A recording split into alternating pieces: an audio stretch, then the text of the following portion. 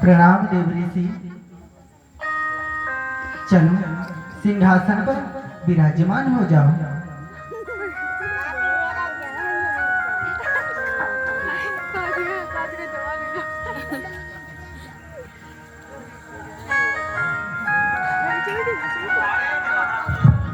देव ऋषि।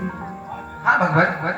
क्या मुझसे कोई भूल हुई जो कृपा न कीनी आने की, जो कृपा न कीनी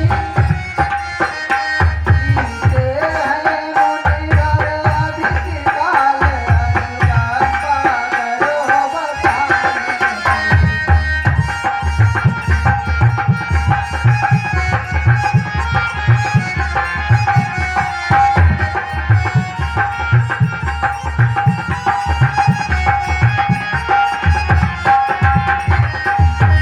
देव ऋषि। हाँ भगवान। क्या मुझसे कोई भूल हो गई जो आप इतने दिनों तक यहाँ नहीं आए, कष्ट कर मुझे बताने का प्रयास करें। भगवान मैं आपकी ओर आ ही रहा था, पर क्या बताऊं भगवान। मैं जिस रास्ते से गुजर रहा था, मैं वहां पे जाते जाते जाते जाते हिमालय की तलहटियों में चला गया। अच्छा। हाँ क्या हुआ? जानते हो क्या हुआ भगवान? क्या हुआ? नारायण नारायण भगवान। अरे देव ऋषि, आप जो भी कहना चाहते हो शीघ्र बतलाओ। आपकी प्रसन्नता को देखकर हमारा मन आपसे के साथ जो भी हुआ वो सुनने के लिए उतावला हो रहा है। नारायण नारायण भगवान। जब मैंने वहां पे देखा सुंदर सुंदर सैलियां, क्या दृश्य था भगवान। ऊंचे ऊंचे पहाड़ों से गिरते हुए झरनों के भगवान। मैंने देखा कि तेज वेग से बहती हुई गंगा अपने आराम से मिलने के लिए व्याकुल हो रही है भगवान। जब मैंने इतना सुंदर दृश्य देखा तो मेरे हृदय में भगवत भजन करने की प्रबल इच्छा हुई। जानते हो भगवान मैंने क्या किया? क्या किया? फिर मैंने वहीं पर आपकी स्तुति और अपनी समाधि लगा दी। जानते हो भगवान क्या हुआ? क्या हुआ फिर? नारायण नारायण भगवान। मेरी तपस्या को देखकर देवराज भयभीत हो गया। अच्छा। हाँ उसे लगा कि मैं उसका इंद्रासन छीनना चाहता हूँ। फिर जानते हो उसने क्या किया? क्या किया? नारायण नारायण भगवान। हाँ। उसने अपनी आर्थिक इच्छाएं, मेनका, रंभा, उर्वशी, इन सभी को अपने मित्र कामदेव के साथ मेरी तपस्या को करने के लिए भेज दिया।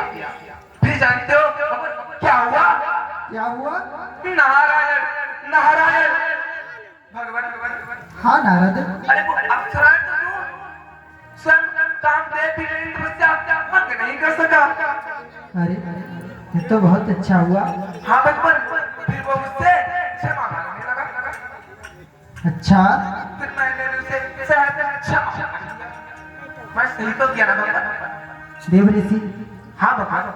देखो हाँ मुनि आप हैं विकट ब्रह्मचारी, क्या काम देव कर सकता है।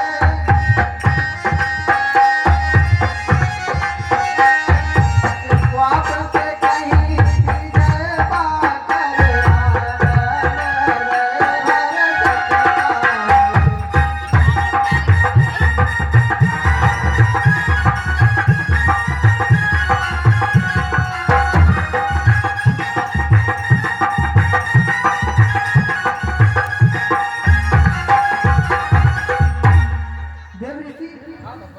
आप जैसे अनंत ब्रह्मचारी का भला कामदेव क्या बिगाड़ सकता है।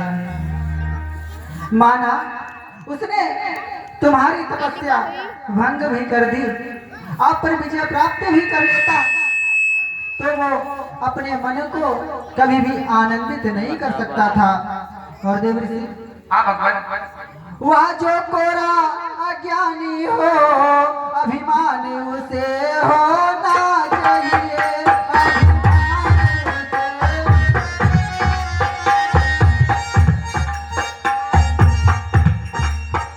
तुमको अभिमान हुआ कैसे मुनिवर ज्ञानी हो तो।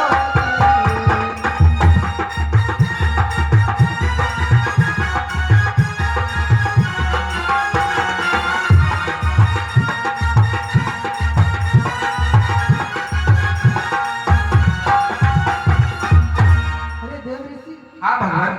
आपने जो कार्य किया है उसको सुनकर मैं बहुत प्रसन्न हुआ, लेकिन जो आप अभिमान कर रहे हो ये अभिमान तो उनके अंदर होना चाहिए जिनके अंदर ज्ञान ही नहीं है, अज्ञानी है।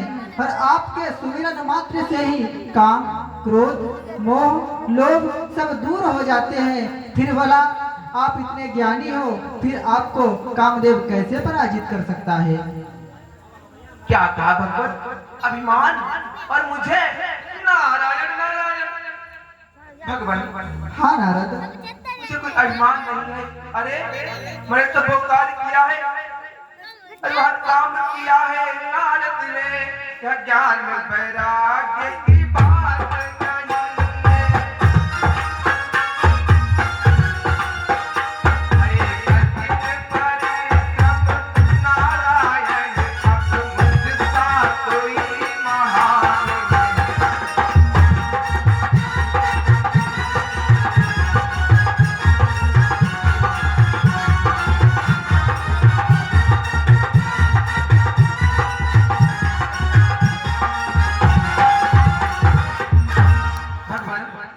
हाँ देव ऋषि, मैंने तो वो कार्य किया है, इसमें कोई ज्ञान वैराग्य की बात नहीं है। मैंने ऐसा कार्य किया है, जानते हो, हाँ बताओ। जिसे सिर्फ पिताश्री भी हार चुके, शिव को जिसने भयभीत किया, उसका प्रतापी को मैंने भगवान पाठ किया।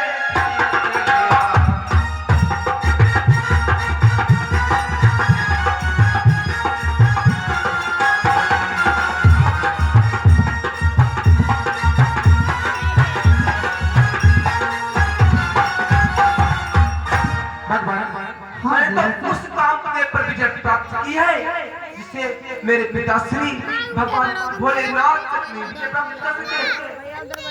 कामदेव के उस बाण का प्रयोग जब करता था, जो कामदेव का अचूक बाण था, उसके प्रयास से तो मेरे भगवान भोलेनाथ नहीं कर सके। और वो बाण मेरा कुछ नहीं कर सका, भगवान कुछ नहीं कर सका। ठीक है देव ऋषि, मैं आपसे बहुत प्रसन्न हूँ। ठीक है भगवान, यही समाचार सुनाने के लिए मैं आपके पास तक आया था। अब मुझे अनुमति दीजिए। ठीक है देव ऋषि, आप जा सकते हो। नारायण नारायण नारायण नारायण नारायण नारायण। हमें अब ऐसा लगता है कि देव ऋषि नारद के अंदर अभिमान रूपी अंकुर ने जन्म ले लिया है।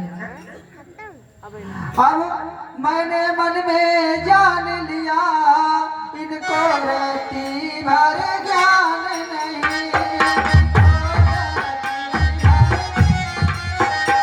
और मैं अपने जन के उड़ने दूंगा अभिमान नहीं।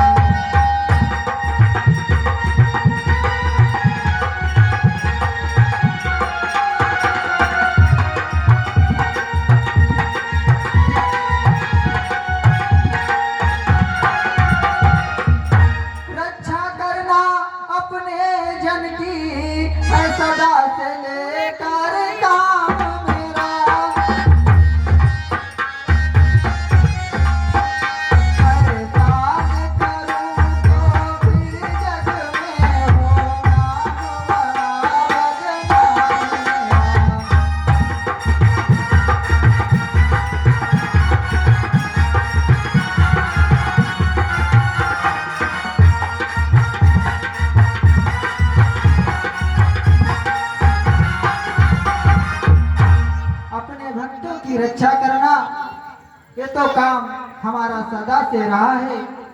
यदि मैं अपने भक्तों की रक्षा ना करूं तो हमारा नाम इस संसार में बदनाम होगा। अब ऐसा करूं अभिमान मिटे, मुनि हृदय ज्ञान का भाषा हो।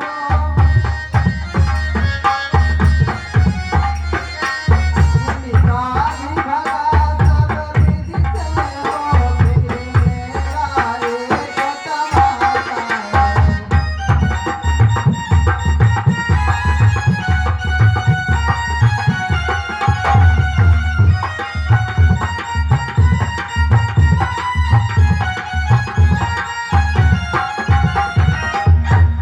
अब ऐसा काम करूंगा जिससे देव ऋषि के अंदर जो अभिमान रूपी अंकुर ने जन्म ले लिया है वो दूर हो जाए।